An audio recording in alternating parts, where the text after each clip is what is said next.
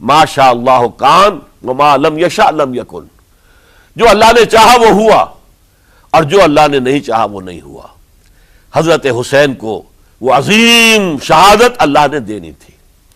وہ اونچا مقام عطا کرنا تھا، اور پھر ان کی عظیمت،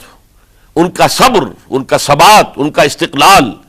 معلوم ہوا کہ اللہ تعالیٰ نے انسانوں کے اندر کتنی کچھ طاقت رکھی ہوئی ہے اور کتنی کچھ صلاحیتیں اللہ نے ودیعت کی ہیں۔ وہ جس طرح ڈٹے رہے، کھڑے رہے، واقعہ یہ ہے کہ وہ بھی نوع انسانی کے لیے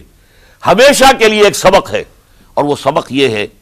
کہ آپ حق، جو بھی آپ حق سمجھیں اس حق کے اوپر ڈٹ کر کھڑے ہو جائیں، اور اس میں پرواہ نہ کیجئے کہ آپ کی نفری کم ہے یا آپ کے ساتھ تعداد زیادہ، کوئی خیال نہ کیجئے، اس کے فکر نہ کیجئے کہ حالات ادھر ہیں یا ادھر ہیں، حالات سازگار آپ کے دشمن کے ساتھ ہیں یا آپ کے ساتھ ہیں، کوئی فکر نہ کیجئے۔ حق حق ہے،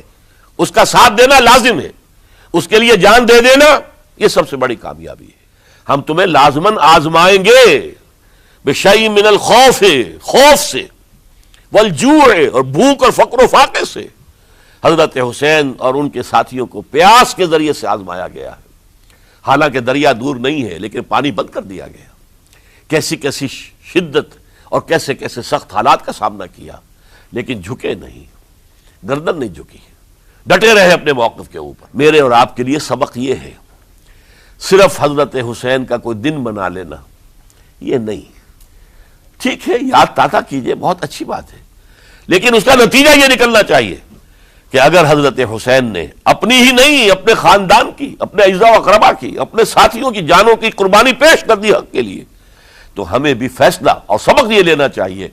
کہ ہمیں حق کا ساتھ دینا ہے، ہر سے بعد چاہے اس کے نتائج کچھ بھی نہیں۔